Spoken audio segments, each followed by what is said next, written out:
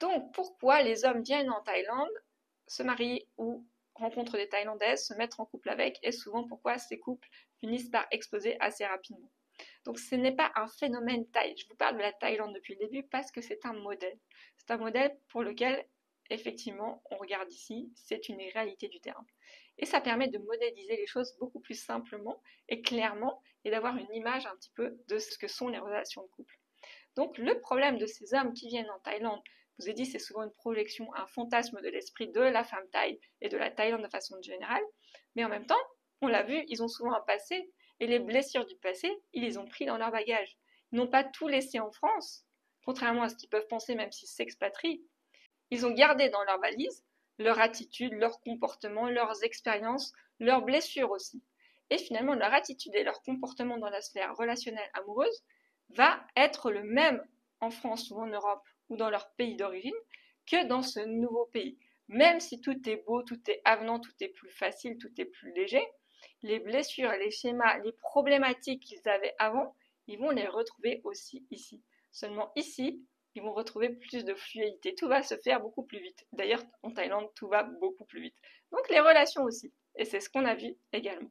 Donc il faut comprendre que l'aéroport ne va pas effacer les blessures d'attachement. Changer de décor ne va pas réécrire le scénario interne. Donc les schémas ou les blessures ou les problématiques dont vous n'avez sûrement pas conscience, mais que vous avez vécues et qui sont ancrées en vous, et bien quand vous arrivez dans un nouveau pays, potentiellement vous les avez toujours avec vous. Mais souvent c'est quelque chose d'inconscient. On se dit toujours, là je comprends pas, c'est l'autre. Si on a une mauvaise expérience dans l'amour en couple, alors je dis pas que l'autre n'est pas fautif aussi, mais souvent il faut aussi qu'on se remette nous-mêmes en question.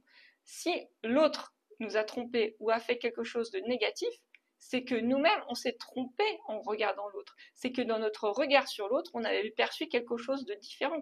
Par exemple, sans pour autant se culpabiliser, on apprend, et on est là pour apprendre quotidiennement sur la sphère relationnelle amoureuse aussi. Et là, je vous garantis qu'il y a une tonne de choses à apprendre et à comprendre, puisque chaque personne est différente, chaque sensibilité est différente, et aussi chaque histoire est différente. Donc le point numéro 1, c'est qu'on change de pays, mais pas de schéma. Le point numéro 2, c'est le cœur reste souvent analphabète.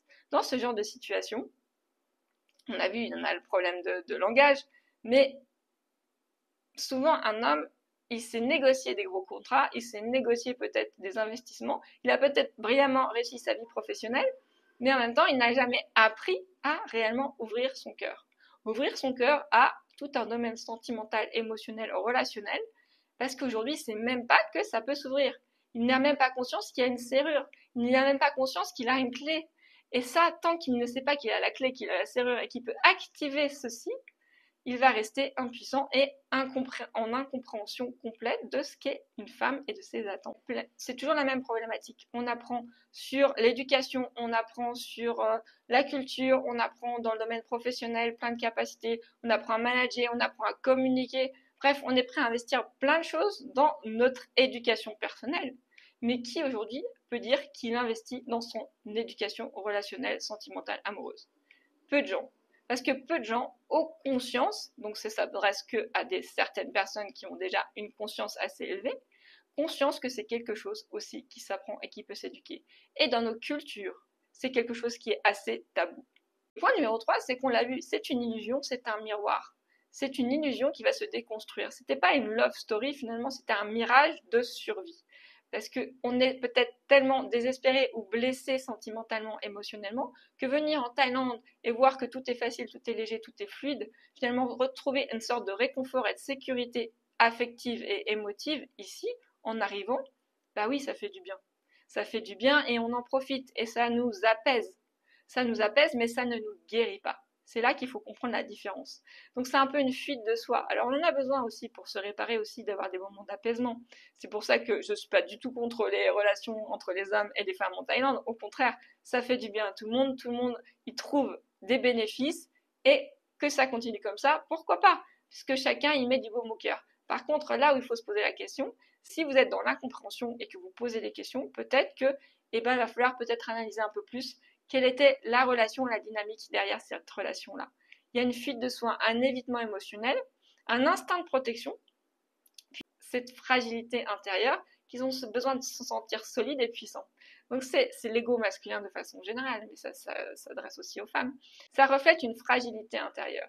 Une fragilité intérieure, alors je sais que messieurs, vous n'aimez pas ça, mais cette part de vulnérabilité, quand vous avez envie de vous sentir admiré, de vous sentir fort et puissant dans les yeux de l'autre, c'est aussi parce que ça reflète une fragilité en vous. Vous avez besoin aussi de vous sentir comblé au niveau émotionnel, affectif, avec ça.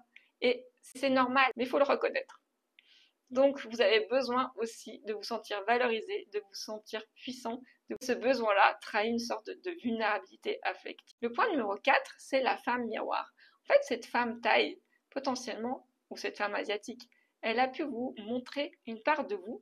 Quelle est votre problématique? Si vous arrivez dans ce genre de situation où finalement vous ne comprenez pas pourquoi cette femme vous a quitté, et bien justement, c'est peut-être là où c'est intéressant de creuser un peu plus et d'analyser la situation. Analyser pour savoir qu'est-ce qui s'est passé, qu'est-ce qui n'a pas répondu à ses attentes, et qu'est-ce qui fait qu'aujourd'hui, vous ne l'avez peut-être pas senti venir et que vous ne comprenez pas pourquoi cette relation facile, simple et fluide, elle s'achève par une séparation.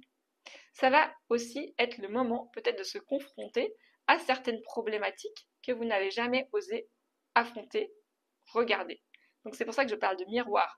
Parce qu'en ayant cette femme en face de vous, elle a eu un comportement tranchant, exemplaire, de ça ne convient pas, je m'en vais. Aujourd'hui, les hommes, vous êtes aussi comme ça. Vous avez ce genre de dynamique aussi. Quand il y a quelque chose qui ne vous convient pas, en France, en Europe, dans un couple, marié potentiellement, ça ne convient pas, vous êtes dans la fuite aussi. Alors dans la fuite ou dans la passivité. Et si vous êtes passif, ça manque un détachement, un profond détachement pour peut-être justement montrer que ça ne vous fait ni chaud ni froid. Si ça vous fait ni chaud ni froid et que vous n'êtes pas capable de montrer qu'émotionnellement vous êtes impacté, c'est peut-être là qu'est la vraie clé. C'est quelle est votre part de vulnérabilité? Est-ce que vous êtes capable de la montrer? Si aujourd'hui une femme vous quitte et que vous faites style, même si vous êtes blessé intérieurement, que ça ne vous fait ni chaud ni froid et que vous ne mettez rien en place pour la rattraper, vous savez, dans les grandes histoires où vous lui courez après pour aller lui la demander un mariage à l'aéroport, il y en a combien qui ne le feront jamais, même s'ils en ont envie? Parce qu'aujourd'hui, ça va demander de montrer qu'ils sont dépendants de cette personne. S'ils sont prêts à courir jusqu'à l'aéroport, la demande d'un mariage, c'est qu'ils y tiennent. C'est que finalement, c'est très important pour eux et qu'ils sont mis à mal si cette personne-là ne reste pas dans leur vie. Et ça, c'est hyper beau, c'est hyper romantique. Mais est-ce que vous le feriez? Traverser la ville pour aller retrouver une femme à laquelle vous tenez parce qu'elle s'en va? Il y en a très peu qui le font, même s'il y en a beaucoup qui peuvent peut-être y penser. Alors déjà, si vous y pensez, c'est bon signe. Mais souvent, les hommes, ils sont dans la passivité. Si ça convient pas à une femme, on se dit, oh je la respecte, elle fait ce qu'elle veut. Mais une femme, ce qu'elle veut, c'est que vous lui montriez que vous comptiez pour elle. C'est que vous montriez que sans elle, vous êtes vulnérable. C'est que vous montriez son importance. Si pour vous, c'est pas important le fait qu'elle s'en aille, alors oui, elle s'en ira. Et en plus, elle s'en ira blessée parce que ça prouvera que vous ne teniez pas à elle. Si vous tenez vraiment à cette femme, il va falloir lui montrer. Pour lui montrer que vous tenez à elle, il va falloir vous montrer vulnérable. C'est la clé. Donc si vous souhaitez en savoir plus et si vous aimez ce genre de vidéo, vous partagez et puis vous pouvez me contacter aussi. Je suis Love Coach, je suis Cindy. À bientôt. Ciao.